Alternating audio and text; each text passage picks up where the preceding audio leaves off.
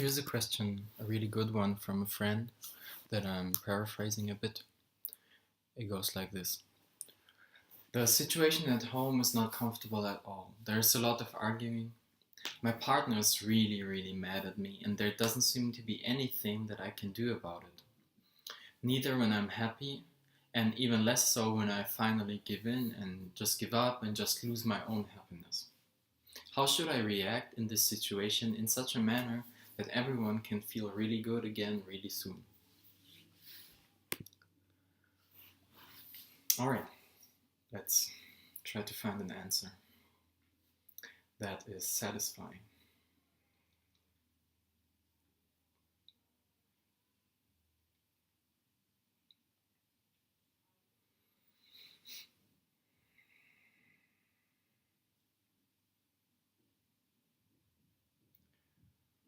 So, in a way, you're already giving yourself your own answer, or at least part of it, which is that you're saying, there doesn't seem to be anything I can do about it, really.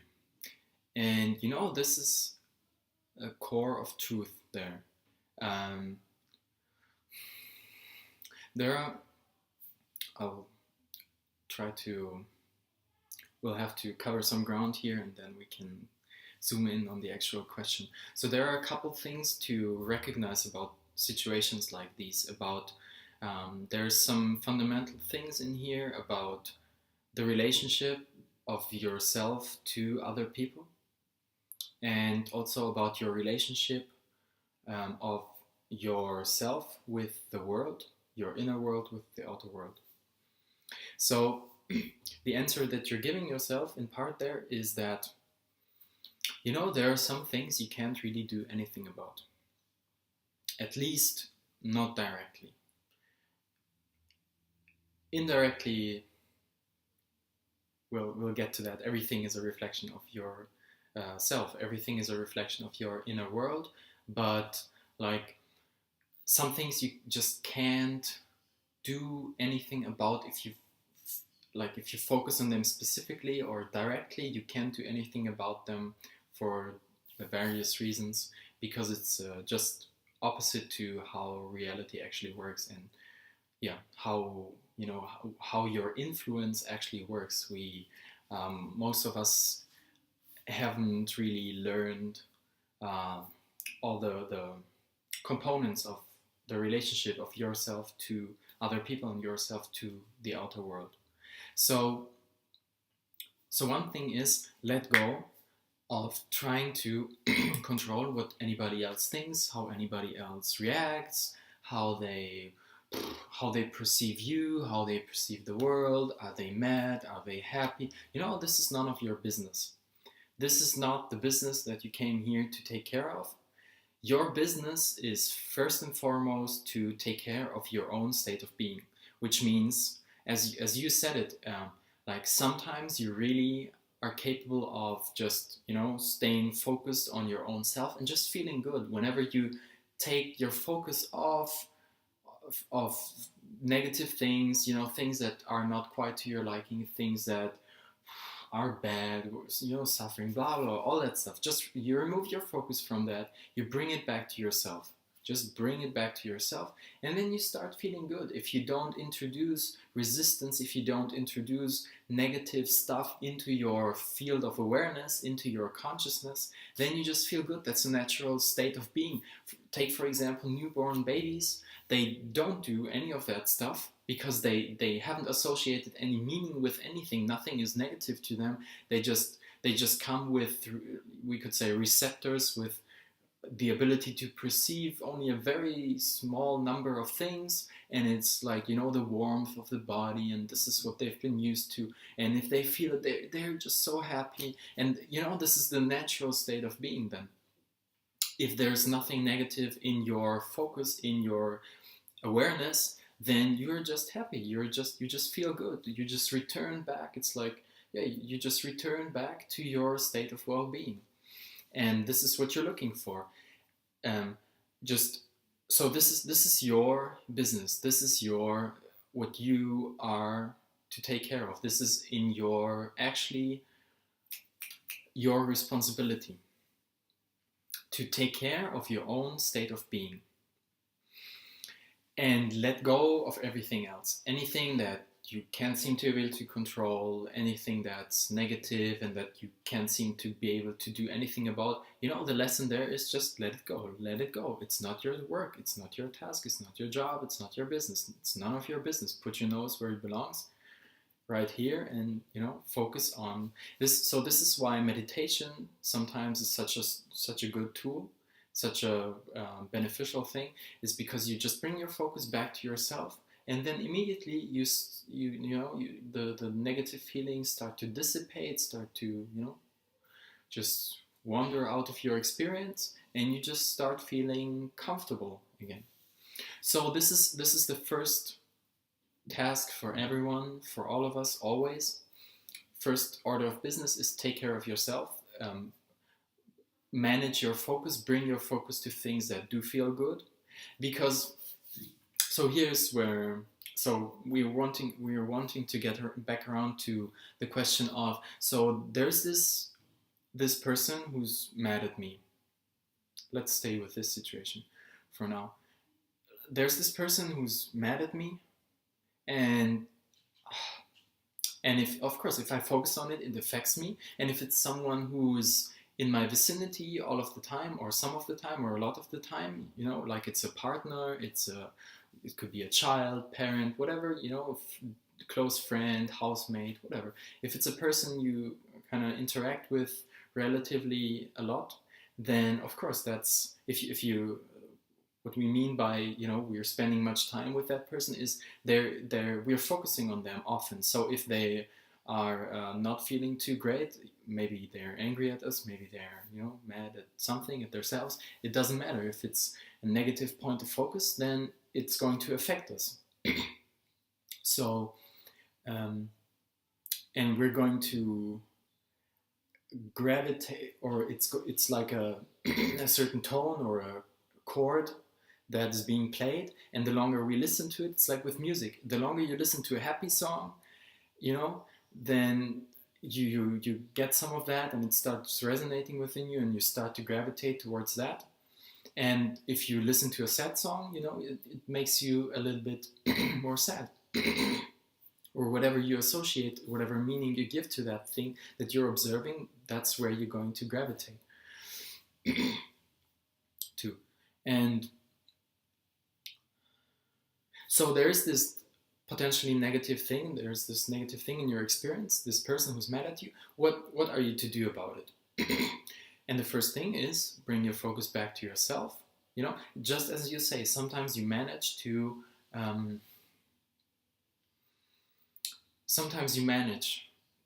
manage your own state. Sometimes you are aware enough, or deliberate enough, or determined enough to feel good, and then you find ways to do so. Then you focus on things that do feel good, and then your state stays where you want it to be.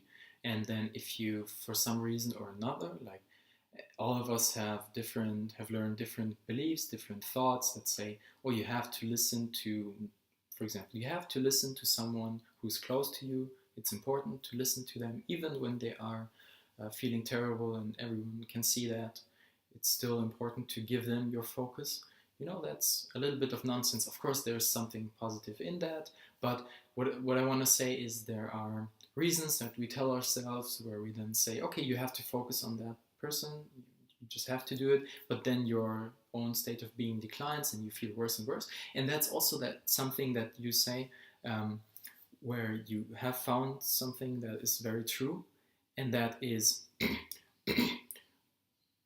all right, so you don't seem to be able to do anything about them while you are feeling good, but when you're feeling bad, when you start joining them where they are, you have even less to give. And this is what you're expressing, and this is very true. When you feel a certain way, when you feel terrible, when you feel bad, when you start feeling angry as well, because then the other person is then the reason for you not feeling good anymore, you would reflect that anger also, that you're getting from them. You just get it and you, like ping pong, you can play that game.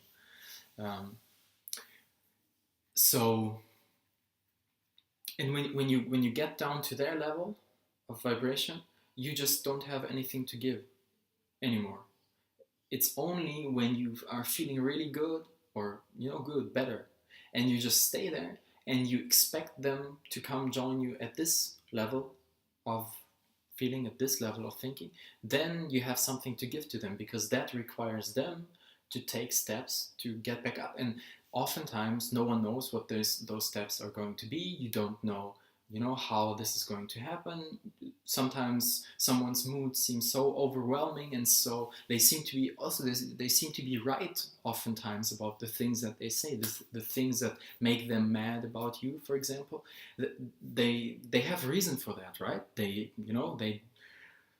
This is not completely unfounded, in a sense. Like it's you could say it's reasonable. They're not completely lunatic, they're not completely out of their mind, completely crazy. To them it makes sense, and to all of us, when we are mad at someone, it makes sense to us. Otherwise,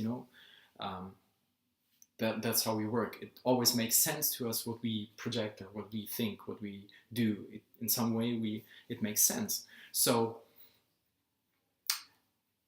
yeah, sometimes it makes sense that they are mad at you, but the point is, there is no point in arguing on that level. There's no point in thinking about that, talking about that, doing something about that, because the most important thing in those situations, in social situations or in interpersonal relationships where it's about you and someone else, it's the management of vibration. It's the management of the level of thinking and feeling. So you can't help anyone when you join them on their level. When they feel bad and you come down with them, you're not of any value to them. But if you stay where you are, or if you even take more steps to improve where you are, to improve how you feel, then you expect them to come up here. You will not go down. For example, something that I say to myself is, and that I sometimes say to others, and have said to this person who asked the question, is, come up here and play with me. Come up here, let's play. Let's play, but let's play up here. Just come up here, just come up here, just come up here. No matter what happens or something, just hold the focus on where it feels good. And if you feel like you have to say something to them, or like inside yourself, how the little conversations we then have in our minds to the people, just let everything else go on. Just come up here, just come feel good, let's play, there's no problem, all is well. And if you can hold that for a little while, they will actually join you there. Because, and here we get to the second part, which is the relationship of yourself to your reality. It's that nothing can come into your experience that you're not a match for, or that you don't vibrate from in here. And what you're vibrating, you can know that by what you think and by how it feels. So if you feel a certain way, how should I explain this? So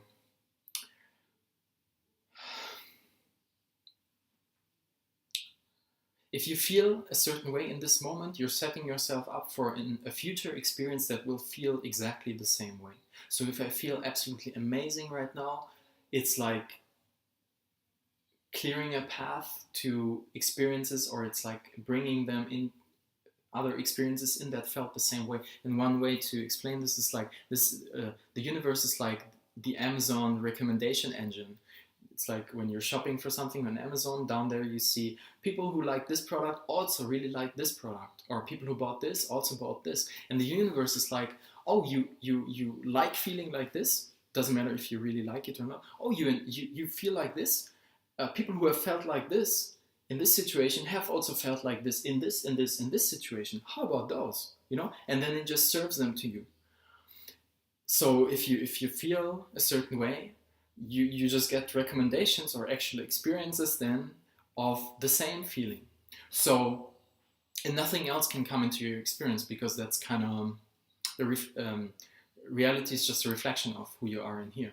So that means that if you stay where you are in relationship to this person, and you don't deviate from how you feel too much, they will not be able to keep up feeling like this or keep down feeling like this, um, and stay in your experience. It's just physically impossible for them. They will either have to remove themselves from your experience, they will just leave your experience, or, which is most likely, especially in the case of loved ones, where you know, like in this case, I'm pretty sure that it's not meant for you guys to just, gravitate out of each other's experience, but what will happen is that the other person will just join you because there was just some issue or something, or something within them that they need to transform, that they need to look at, that's not serving them, that is not representative of who they really are. And so they will just come up here and play with you here. And then, you will have a laugh about this and say, oh, yeah, sometimes we just get into a funk and sometimes we project things on others. And in the end, we always, there's always some way to realizing once again that, oh, it's just about how we feel and the thoughts we think. And if we change them, we feel much better and we can all come and play at the wonderful level of happiness together.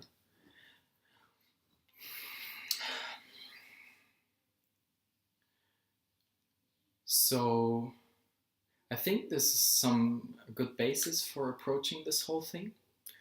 So if you take just one thing from this, the most important thing is to manage your own vibration. It's to manage your own state of being, is to manage how you feel, and that means managing what you think and what you focus on.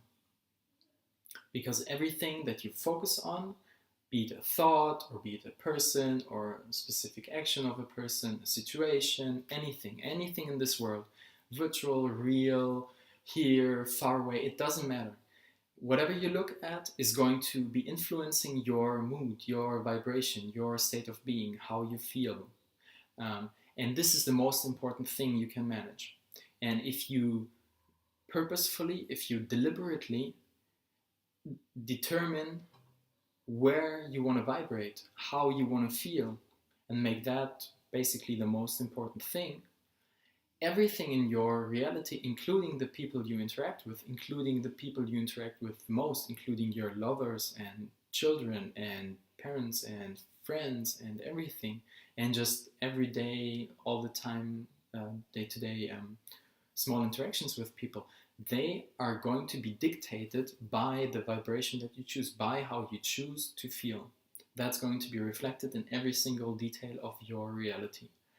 And so if you manage one thing, it's manage how you feel. Set up, like decide how you want to feel. Start practicing that as much as you can. Take your focus off of the things that don't feel like you want them to feel. Take your focus onto the things that feel good to you, that feel the way you want to feel.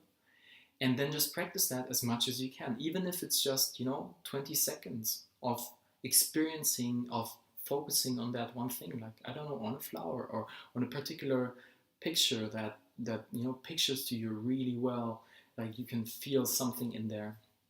And the thing when you're moving something in your reality then is when it affects how you feel, and this is where your power is.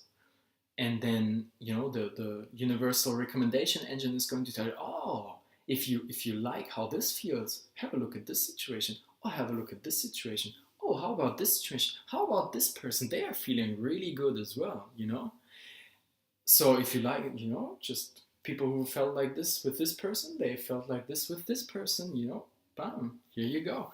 So, you're going to be making the universal recommendation engine bring you exactly the situations that feel like this, and you're going to be happier. You're going to experience more of what you say you want to experience, and not with your words, but with your emotion, with your vibration.